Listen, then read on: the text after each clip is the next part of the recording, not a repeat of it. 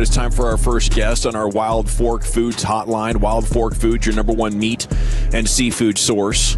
As joining us now from Yahoo Sports and host of the Football 301 show, it's Nate Tice. And a good afternoon, sir. Thanks for joining us. And do we got here? Mike's hot? Mike's hot. We are good to go. I think I was talking during the intro, so perfect. Yeah, that's great. Well, let's jump in and talk football. Let's just start right with the game. Who do you think's going to win and why? Oh, okay. So I think my best way I'm hedging right now is the Patriots cover. So I think the Patriots are more alive than I think people are realizing. I get it. The Seahawks are a better team. Don't get me wrong. But I do think that the Patriots have some parts of their team and their makeup and how they play that could give the Seahawks issues. They have, namely, defensive tackles that can take over the game. Milton Williams, Christian Barmore, and Kyrus Tonga.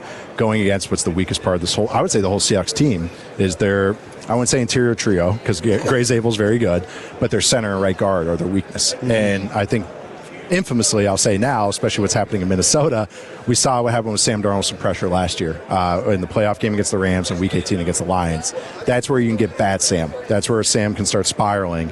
And in a game like this that's so heavily specific, Patriots coaches are going to be watching this film, going to see the weaknesses. They call it who's the fish, and that's what they're going to be doing. And they have weapons that can actually get after it. They also blitz a ton. They're the most blitz-happy team in the second half of the year, going against a team and a quarterback that, yeah, they can gash you against the blitz, but that's not how they want to win. They want to get you set because they're scared of the run and because they're scared of the play-action game. But if you get the Patriots get the Seahawks to third down, they can get the Seahawks team a little bit of issues and get them off skew. So it's going to come down in the weirdest way. It's going to come down to early downs to impact third down. But again, I also think the Seahawks defense is tremendous. It's an elite unit. I think everyone knows that. But Drake May, while the receivers aren't Devontae Adams and Puka Nacua, he has a play style that can give the Seahawks a little issues, which is he has cojones. He's willing to push the ball. Right. And that's what the Seahawks dare you to do. That's why Stafford has success, because he has the play style to do that. I love your quarterback evaluations. Where in the priority list when you're evaluating quarterback is big cojones? Where would you have that? One or two. Right? One or Okay, two. very Yes, good. Maybe yes. 1 and 2. Yes, I know. Very nice. Luckily, I'm a Dak Prescott aficionado, so he's another guy that actually has the cojones to push the ball over the middle. I love that. Okay, so who are the cojones power rankings? Oh my God! Who do you think has the biggest, and where would Dak fall? Stafford is probably Stafford 1 seed. Stafford is up there. May's getting up there. May's got some big ones. Dak is probably top 3 or top 4 to me. A guy low key is Jared Goff. He's because he's one to stand in there and whip it over in between. Throw in between the numbers. I was trying to find a different phrase there, but work between the numbers. Exactly what Eric wanted to do. Well, this doesn't help. He saw my 80%. I looked right up and it was like there. So I was just like, God, get out of the head. That's awesome. No, but it's those quarterbacks. That's how you have to win. Yes, you can win attacking outside. I think, and not just on the Dallas show, but because like if you watch the Eagles, yes, you can win throwing outside and letting your playmakers make plays, but it's hard. You need guys to win one-on-ones over and over and over. That's very hard to have those weapons to do that. If you do, smoke them if you got them. Yeah, go for it. Yeah. Cowboys can ironically do it now because they have 2 guys that can do it. And actually, I really like Florida. Is another guy that can kind of do it. He's got some talent. He's sneaky good. Yeah, and the underlying numbers are good with him and all that stuff. But I swooped him up on every dynasty team. Didn't say anything on my pod for a month. Well done. Swooped him up, and I was like, hey, Ryan Florida is good. No, but so throwing over the middle is something. Size is another thing. I think if you ignore, people think height. I think weight and girth. And I think this is a sport that's a combat sport. And if you look at UFC or boxing or MMA, I should say, those are combat sports with weight classes. And the fact that we'll just ignore a guy's 200 pounds or 205 pounds, when it's like that matters a lot for how many hits you take as an NFL quarterback. And if you want to scramble, if you want to stand, not only just getting hit, but like imagine a tight pocket where someone's pulling down at you. Mm-hmm. You need guys that are strong and can hold up. So like a guy like Caleb Williams that's 6'1", but he's 230. Yeah. Dak is, all of 6'2", but he's 235. Like, he's big. Mahomes is 230. Allen's 240. May's 225. Herbert's 240. And I think that gets waved away a little too much. So size, throwing over the middle, and just a little, if you can push the ball and be creative, that's kind of like the kind of quartet that I kind of look at for guys. Nate Tice is with you here on The Fan. Where is Patrick Mahomes at this point in his career? Assuming he comes back totally healthy. Still the dude. He's the lack of speed there is what's kind of grabbed my attention with the Chiefs, with their skill players. Mahomes had to do a lot of creation this year. He scrambled more than he ever has, and that's because no one could get open. Kelsey is definitely on the tail end of his career, probably should retire. And then we got guys like, Xavier Worthy is time speed fast, but then you get into play speed, he barely even breaks 20 miles an hour. You get guys like, I do think Rashee Rice is pretty talented, but he's also a guy that, can't stay on the field. Off-field reasons and banged up as well. But he's also kind of a specific receiver. He's more of a has to be used in certain ways. He's not going to win any route running awards. But I think just they lack a lot of team speed and they lack size as well. So it's functional speed, functional athleticism. Running back wise, their O-line's like good, and when they were healthy, when Simmons was out there. But the O-line's good. The run game can be good. It's very efficient. It wasn't explosive. So all the explosives, which is the name of the game again in the NFL right now. No one's generating them outside Mahomes, just going like, all right, like here I go again, Yeah. And what's worrisome to me, so I'm not as down as Mahomes as most. I mean, he's coming off an injury. What's worrisome to me is that they brought in a new OC, but it's the old OC. And I thought Bieniemy did a great job as a running back coach for the Bears this past year. But it kind of worries me that Andy Reid, he got rid of all these assistants. I was like, okay, this is what they need. They need new ideas to help this out. And then he rehired his old OC, his old running back coach that was there before, and then the one guy that they brought from the outside got his start with Andy Reid 15 years ago. Wow. And I was like, no. So I do think that they're a team at a crossroads, but they also were a better team than I think maybe some of the kind of the chatter about them was this year. They're weird year. I mean, that's how the NFL goes. You can be a better team than you. They had better point differential this year than the year before when they won the AFC. Wow. I know, and that's just. It's just hard to compute sometimes, but that's kind of where it's at. Looking ahead to our Cowboys for next year, you mentioned Pickens and Lamb, and we want to keep them together. But from a roster construction standpoint, do you think it's wise? I know you talked about the explosives. Yeah. Can the Cowboys still build a good enough team with all the holes they have on defense by paying two receivers $30+ million? I do, because they have the rest of the makeup that it makes sense. When the Bengals did it, I'm like, you got. When the Dolphins did it, I'm like, okay, you have a lot of holes on this team. I think the Cowboys' offensive line with Clayton, I'm a big Clayton Adams guy, is that I think that's going to be such a strength next year. And I think year two of that's going to be really cool. Design-wise, curious what they do running back-wise. I know Javonte might come back, but I do think they could add some juice to that position. I know Blue's in there, but I'll believe when I see him on the field.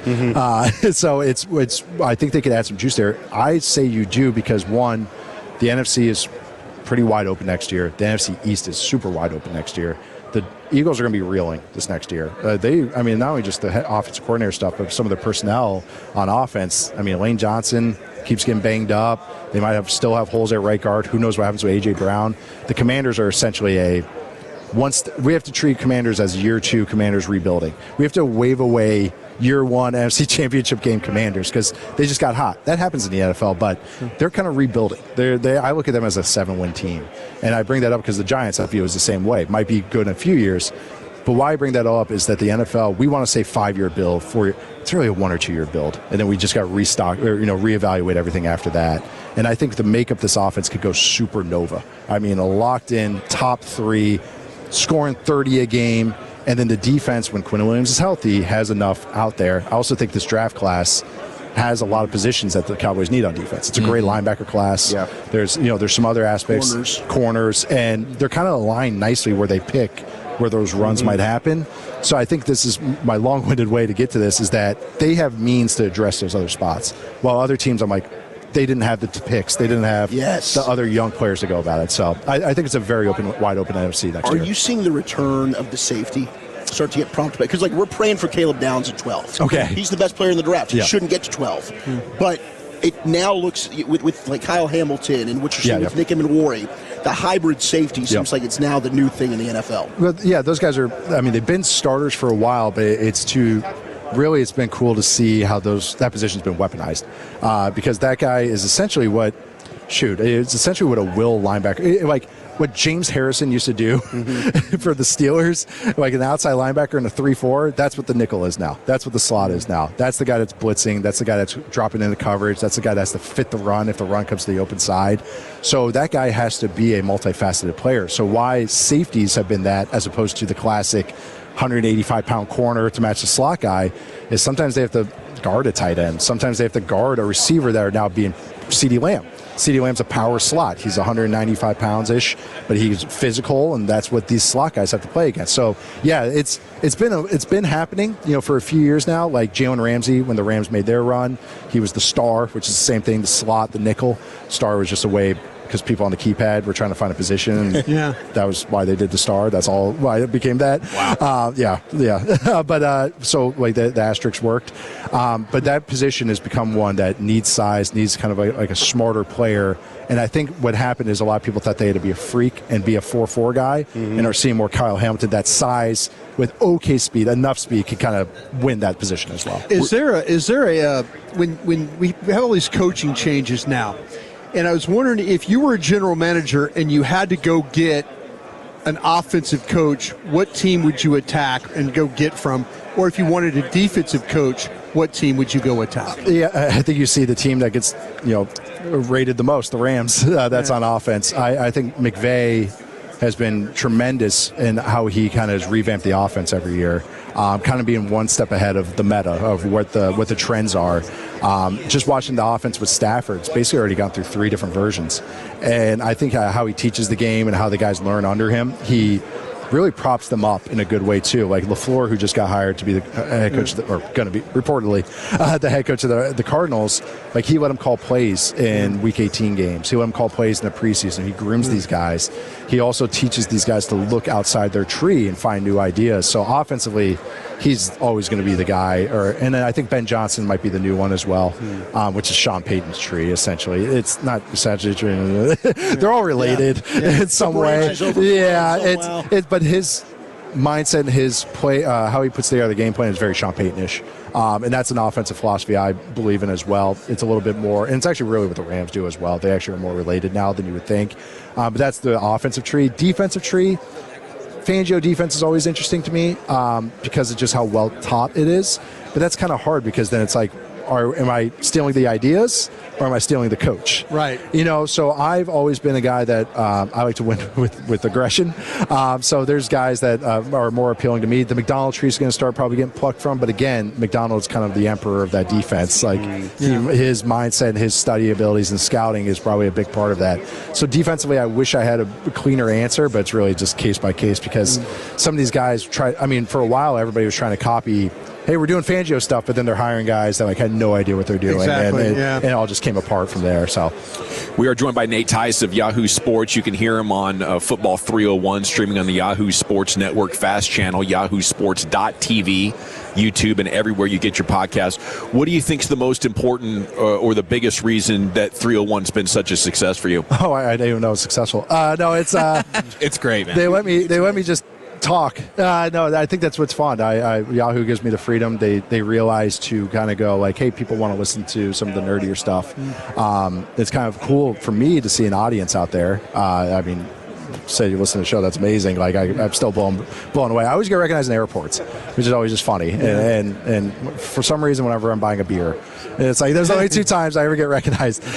So I think with Football 301 though, it's just been fun to show that the talking head shows, the debate shows, there's an audience for that, but it's been cool for me to see that there's an audience for maybe the vegetables, the starches as opposed to just the sugar. And yes. I think with football, and this I feel like I'm in an exec meeting, with football is that sometimes, okay, how many fans of football are there in the NFL? I'm talking to Texas people, but 100 million, it's like, so even if it's just 1 or 2%, that's 1 million, 2 million people that want to learn more. There's so many people that played high school, played Little League, coached it, did some aspect of it all that they're like, yeah, I know what that means, and I want, that's what that means, or learn the why. Yeah. How many people play Madden? So it's that for me, that's maybe part of the growth is that maybe I appeased a market that was out there that maybe some people didn't know. I just talk how what I want to listen to.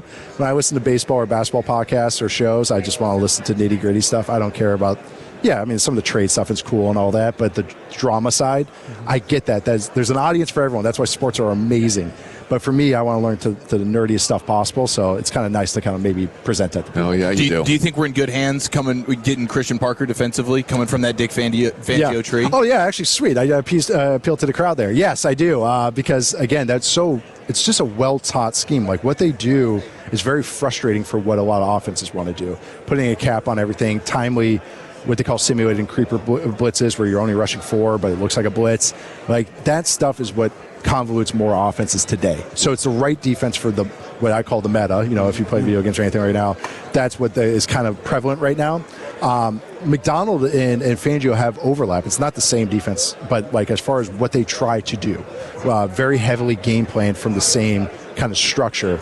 So the idea of it, I really do like. Awesome. Yeah. So, and I just like where they're set up. I don't think the defense is going to also be top 10 next year, but they have a means to end to at least be viable. And again, I think the NFC next year is open, so I'm pretty bullish on the Cowboys right now. Nate Tice, Football 301. Thank you so much, man. That was fantastic. I appreciate it. Thank you for letting me ramble.